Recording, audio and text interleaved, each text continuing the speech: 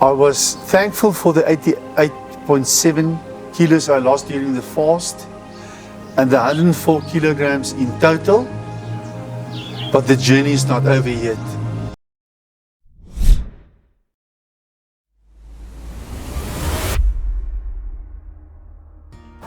On the 8th of August 2022, the craziest idea occurred to me. What do I have to lose if I fast for 100+ days? As you know from the previous 2 videos, I got to day 100, and now I want to share the journey from day 101 till 150 with you. On day 101, I thought, what is next? And the craziest idea occurred to me. Why don't I start a food channel and keep on fasting? That means preparing food without tasting anything. I may only smell. I have to smell salt, sweet and sour, and bitter and heat you cannot smell. So the family will be the test subjects when I do anything with chilies. I bounced it around and they agreed, let's go for it. So here we are today. I'm gonna start to prepare food, make the videos, post it online, and it will be mostly how to support people doing fasting, and especially the fast break is the most difficult meal for people to understand. So I would like to cover that going forward in this channel. From day 101 until day 111, there was not significant changes. I was severely sleep deprived. I also then did something very stupid. I stopped taking vitamins after I read a lot about autophagy and all the different types of autophagy. I want to emphasize again in this video that you should not do this without medical supervision. As you can remember from the previous video, there was this thing hanging between me and my doctor's friend. At this stage, I was deprived from any medical support. On day 112, I was down 70 kilos since I started to fast. By now, I know that there's always calm before the storm. Day 112 until day 133, I was just in a cruising mode. I didn't take my vitamins anymore. I only took a little bit of salt because I knew I needed that. And then on day 133, the acid taste in my mouth became unbearable. I was wrong about the multivitamins. I immediately started to take it again, and I knew that I need to study that field more. On day 134, we planned our first outdoor shoot. At 3:30 that morning, I almost lost my life. I got up to go to the bathroom. I was a little bit disorientated and I walked into a washing basket in the corner of our bedroom. I fell back and luckily for me I could grab the curtains and pull myself up slightly, and I fell on my back side. I immediately felt the pain shoot through my whole back, and I was sitting on the ground and I didn't know how to come up. My wife wasn't there. She was visiting her parents at that stage, and I didn't know how I'm going to get up from this floor. After a while, I got my composure back and I pulled myself up onto the bed. I didn't know if we would be able to carry on with the shoot, but I waited until 8 o'clock that morning, and then I could at least walk slowly again, and we decided to go for the shoot. Now, here's good advice if you want to do an outdoor shoot.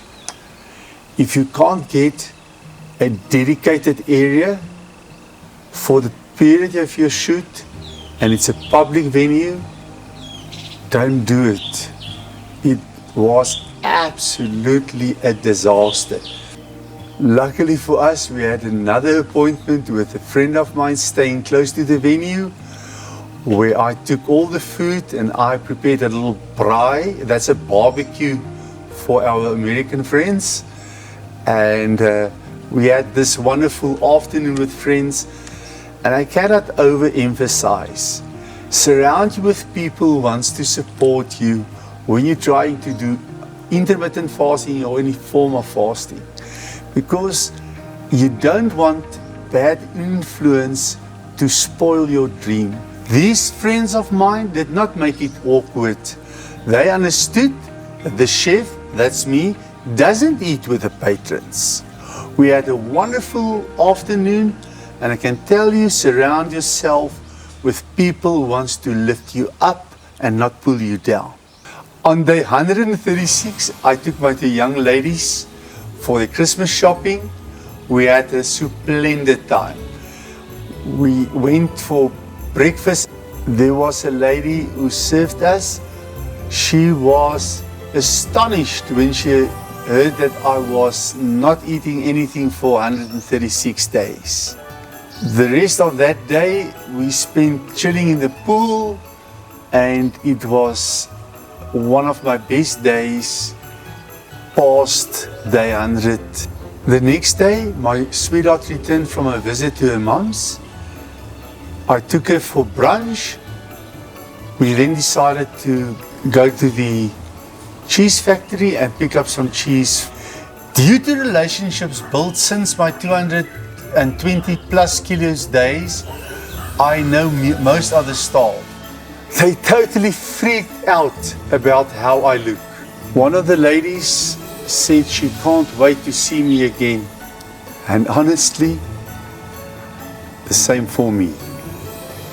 That was what I needed for Christmas. 2 days before Christmas, I got my first Christmas gift. I felt I can go on for another 100 days if I need to. As per agreement with the family, not to be excluded from the festive season, I did the cooking for the night before Christmas and Christmas Day. So the menu for the night before Christmas was gammon with a mustard, cranberry and honey glaze, carrots, green onions, and also roasted potatoes. To finish the meal off, it was a chocolate pudding with custard and vanilla ice cream. We had really a wonderful family time. After that, I went to my office, and I can tell you now I'm struggling. I cannot really swallow. There's like something stuck in the back of my throat, so it's hard to swallow. But we know pushing through is important. Christmas Day, the menu was roasted beef and roasted vegetables, slow roasted beef rib to be exact. And for pudding, it was trifle, the family's favorite. I made it through the two hardest days in my mind. That was day 138 and 139, because it was a Christmas festivity which I can be part of but not take part of. But I was so laser focused and my mind was so strong at this stage that I went through that unscathed, as I would like to call it. On day 140, I was 82.9 kilos down.